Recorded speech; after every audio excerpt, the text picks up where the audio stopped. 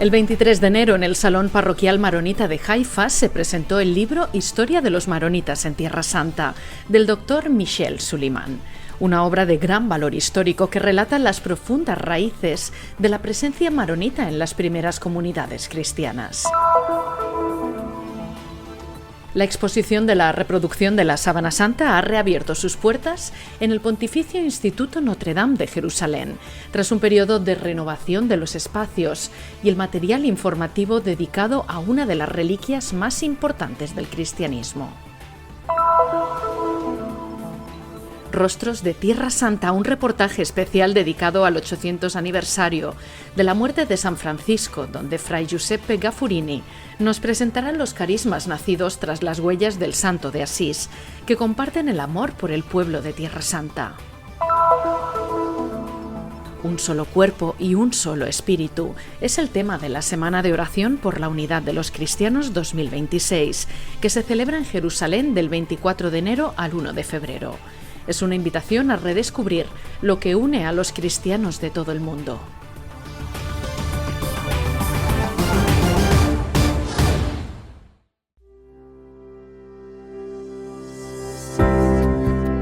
En un ambiente de profundo valor cultural y espiritual y bajo el patrocinio del obispo Musa al-Haq, se presentó en el Salón Parroquial Maronita de Haifa el libro La historia de los maronitas en Tierra Santa, del doctor Michel Suleiman.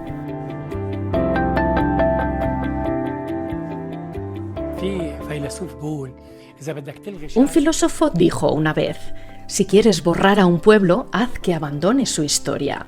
Somos un pueblo que ha estado presente durante 16 siglos, desde la época de San Marón hasta la actualidad. Nuestra presencia en Tierra Santa se remonta a 14 siglos. Nadie ha escrito sobre nosotros antes.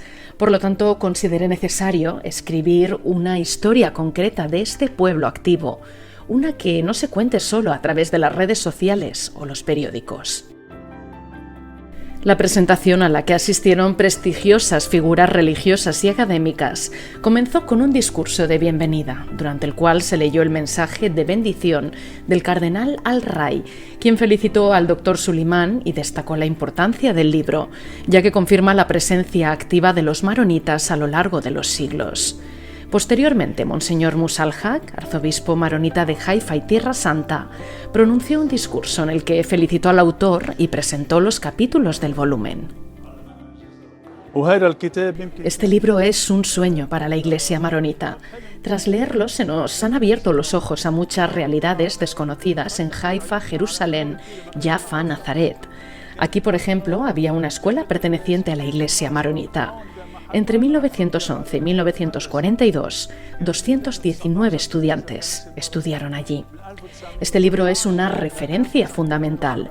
Ya no podemos hablar de la Iglesia maronita sin referirnos a esta obra.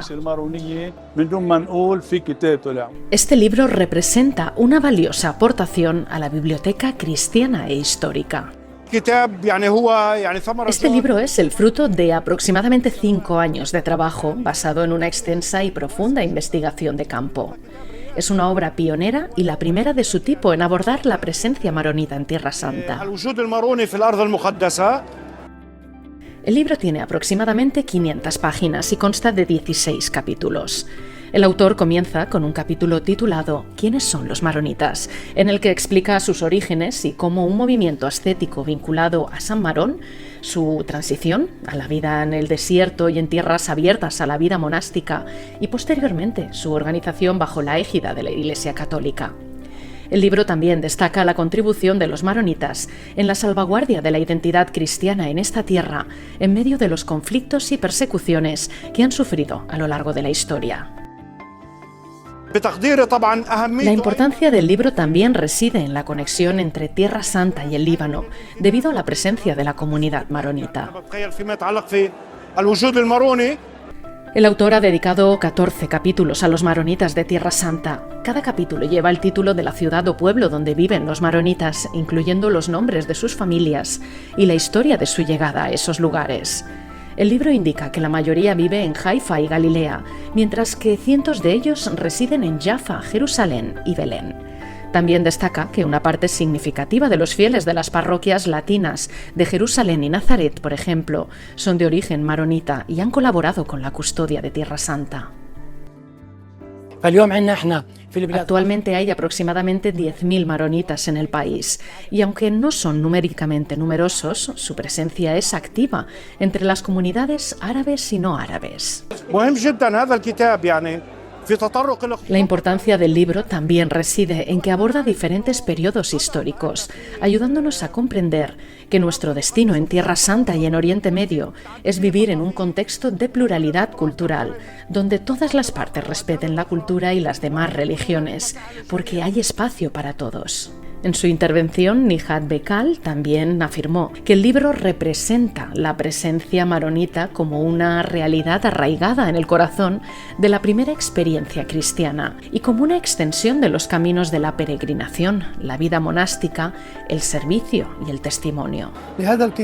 Este libro tiene varios aspectos importantes. Primero, documenta una noble comunidad en Tierra Santa que ha realizado contribuciones significativas en los ámbitos religioso, social, político y cultural durante muchas décadas.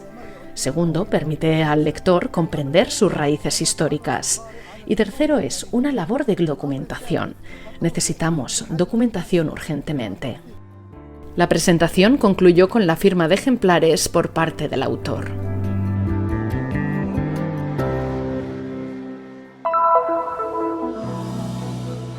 En Jerusalén, la exposición de la reproducción del Santo Sudario de Turín lleva 20 años abierta gracias al compromiso de todo el equipo de Notre Dame y los sacerdotes legionarios de Cristo. Bianca Matos, directora del proyecto, explica que el espacio necesita desde hace tiempo una renovación y un flujo organizado para satisfacer adecuadamente las necesidades de los grupos de peregrinos y visitantes. Las reservas para grupos o visitantes individuales pueden hacerse directamente en la web de la Casa de Huéspedes del Centro Notre Dame, con explicaciones disponibles en inglés, ruso, español y portugués. La visita dura aproximadamente 45 minutos y se divide en 3 secciones: historia, ciencia y fe. Lo primero que intentamos hacer es explicar de qué se trata. Este lienzo, el Santo Sudario, mide unos 4 metros de largo y poco más de 1 metro de ancho, y representa a un hombre que ha sufrido una gran violencia. Se trata de un hombre de aproximadamente 1,80 m de altura. A continuación hablamos brevemente sobre la historia y el recorrido de este Santo Sudario, su pasado, si su historia comenzó y terminó aquí en Jerusalén y por qué se encuentra ahora en Italia, en Turín. En resumen, relatamos el recorrido que el Santo Sudario ha realizado por diversos países. Então, qual foi o recorrido que o Santo Sudario fez em diferentes países? La tercera sección, completamente renovada, presenta paneles que ilustran estudios científicos, incluyendo estudios botánicos como análisis de polen, análisis de grupo sanguíneo, de manchas y la datación del descubrimiento de la tela. Lo que aún hoy impresiona a los científicos, explica Bianca, es la imagen tridimensional visible en detalle en los paneles junto a la escultura de bronce ubicada en el centro de la exposición. Y finalmente también nos centramos en la Sagrada Escritura, en concreto en la sección que relata la pasión, la crucifixión, la flagelación y la coronación de espinas. La sala también cuenta con un espacio para pequeños eventos.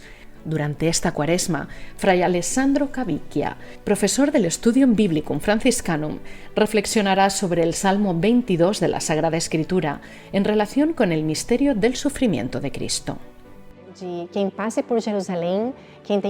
A quienes estén de paso por Jerusalén, a quienes peregrinan y a quienes se encuentren en la ciudad, los invitamos a venir al Instituto Notre Dame para visitar la exposición sobre la Sábana Santa, aprender más sobre nuestra historia y la de la Sábana Santa y, sobre todo, vivir una intensa experiencia espiritual. No es casualidad que esta exposición se encuentre en Jerusalén, la ciudad donde tuvo lugar la pasión, muerte y resurrección de nuestro Señor. De paso por Jerusalén, este grupo estadounidense, organizado por el párroco de una ciudad de Michigan, quiso visitar la exposición. Para Luz, que está en Tierra Santa por primera vez, estar aquí representa la realización de un sueño. Es precioso, es algo con lo que siempre he soñado. Ni siquiera puedo explicarlo bien. Es como leerlo en un libro o en la Biblia y de repente estar en el lugar donde todo sucedió. Es profundamente emocionante. Ni siquiera puedo expresar lo que siento. So moving. I couldn't express my feelings.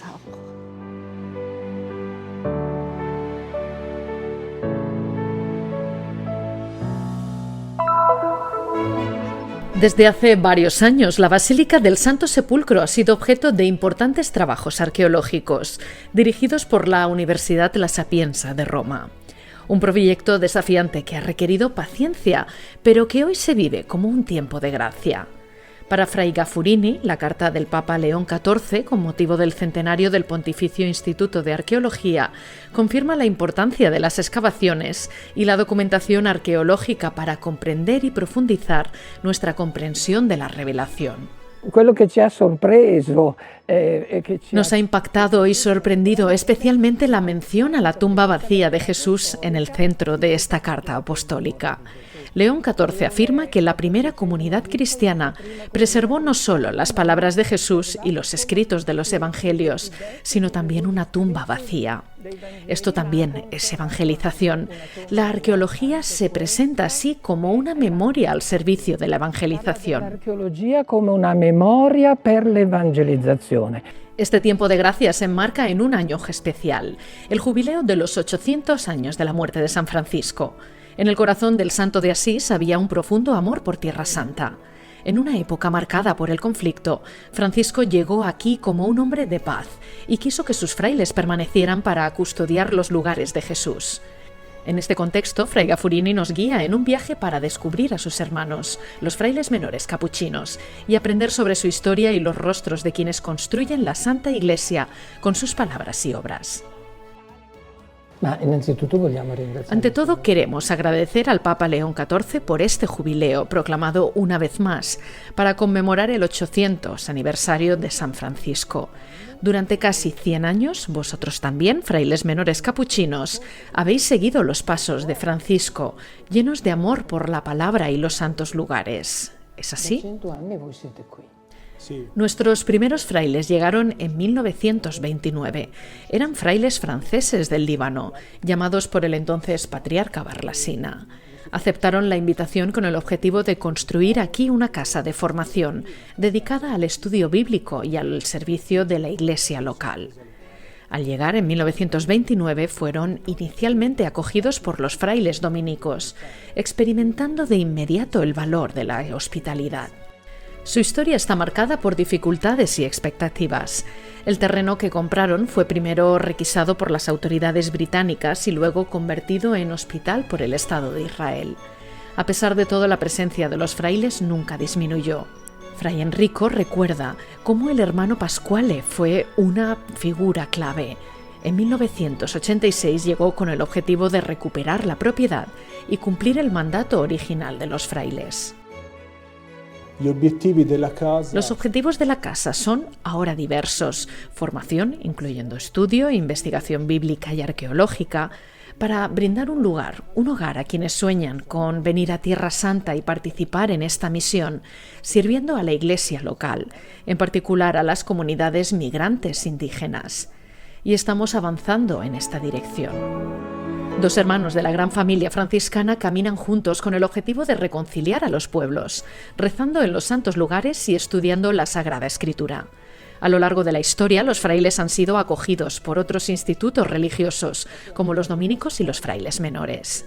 El amor cultivado, no sin dificultad, se refleja en las paredes de la capilla de Cristo, Luz del Mundo, donde los lienzos conmemoran a quienes contribuyeron a la expansión del bien.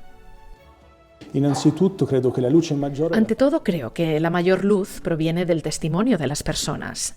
Por un lado, el padre Pierre-Marie Benoit, quien salvó a más de 4.500 judíos entre Marsella y Niza durante el Holocausto, y luego nuestro padre, el beato Jacques de Gazir, fraile libanés, quien fue uno de los primeros frailes en llegar en 1929.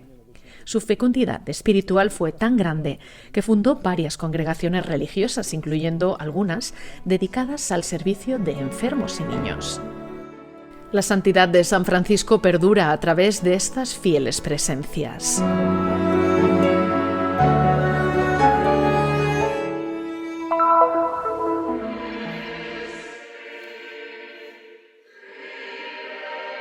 En Jerusalén, donde las piedras resuenan con las oraciones de la primera comunidad, la semana de oración por la unidad de los cristianos comenzó el 24 de enero, inspirada en las palabras de San Pablo a los Efesios. Hay un solo cuerpo y un solo espíritu, así como fuisteis llamados a una sola esperanza de vuestra vocación. En tiempos de crecientes divisiones, la oración se convierte en un lenguaje común entre las iglesias y en un testimonio vivo de que el espíritu que une a los creyentes es más fuerte que cualquier realidad que los divida. La esperanza cristiana es una llamada a perseverar en el amor, la paciencia y la paz. هذه الصلاة مهمة لأنه يسوع قال فليكونوا واحدا كما أنا والآب واحد. Esta oración es importante porque Jesucristo dice, para que sean uno como yo y el Padre somos uno. Jesús quiso que la Iglesia, su esposa, fuera una. Fundó una sola Iglesia y la llamó el Reino de los Cielos. Sin embargo, hoy vemos cientos de iglesias pertenecientes a diferentes familias eclesiales.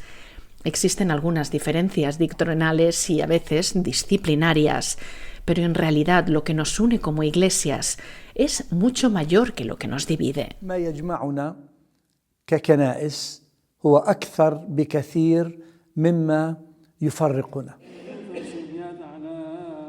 Hoy, al hablar sobre el significado de la hora de la unidad, el obispo Shoumali destacó cómo ante los desafíos y dificultades a los que se enfrenta la Iglesia, la comunidad cristiana y su presencia en Tierra Santa, la unidad es una verdadera necesidad. La Iglesia está llamada hoy más que nunca a ser un solo cuerpo, que dé testimonio del amor incluso en el dolor. الكنائس كلها تعمل من أجل الوحدة، الكل بيصلي من أجل الوحدة. Todas las iglesias trabajan y oran por la unidad, pero la hora de la unidad aún no ha llegado. Dios quiere que nos preparemos, porque la unidad no es solo un don de Dios, sino un don que la humanidad debe ser capaz de acoger y aún no estamos listos para hacerlo. Si nos uniéramos mañana, pero mantuviéramos una mentalidad de orgullo, egoísmo, terquedad, un sentido de superioridad y crítica hacia los demás, esa unidad terminaría al día siguiente. El don de Dios debe ser acogido con un corazón dispuesto y disponible. باليوم التالي فعطية ربنا يجب أن تقبل بقلوب مستعدة. En los últimos años, las iglesias han emprendido un camino de diálogo ecuménico sin precedentes. Este espíritu se manifestó en la histórica oración que reunió al difunto Papa Francisco con el patriarca ecuménico y los patriarcas de Jerusalén en la Iglesia del Santo Sepulcro, donde se destacó que nuestra unidad como iglesias se fundamenta no solo en el Evangelio y la palabra de Dios, sino también en la sangre de los mártires de la Iglesia, que se ha convertido en semilla de una unidad viva. This unity is especially vital in times of uncertainty, instability. Esta unidad es particularmente vital en tiempos de incertidumbre, inestabilidad y prueba, como los que vivimos hoy. En Jerusalén las iglesias se fortalecen enormemente gracias a la colaboración y coordinación promovidas por el Consejo de Patriarcas y líderes de iglesias de la ciudad. Al unirnos a los cristianos de todo el mundo para orar por la unidad cristiana, pedimos humildemente a todos los cristianos que oren por nosotros, para que la Iglesia de Jerusalén permanezca unida en estos tiempos difíciles y para que los peregrinos que llegan a la Ciudad Santa puedan encontrar la belleza, la calidez y el testimonio vivo de todas nuestras iglesias. The beauty, warmth, and living witness of all our churches.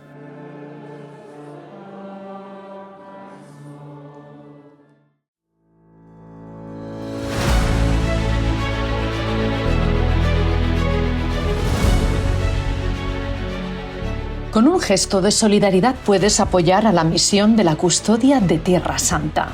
El Christian Media Center difunde la buena nueva de Jesús al mundo, la espiritualidad de los santos lugares y la vida de los cristianos que viven aquí. Tu aportación ayudará a llevar el anuncio del Señor resucitado, el más urgente de todos, a los hombres y mujeres de toda lengua y nación.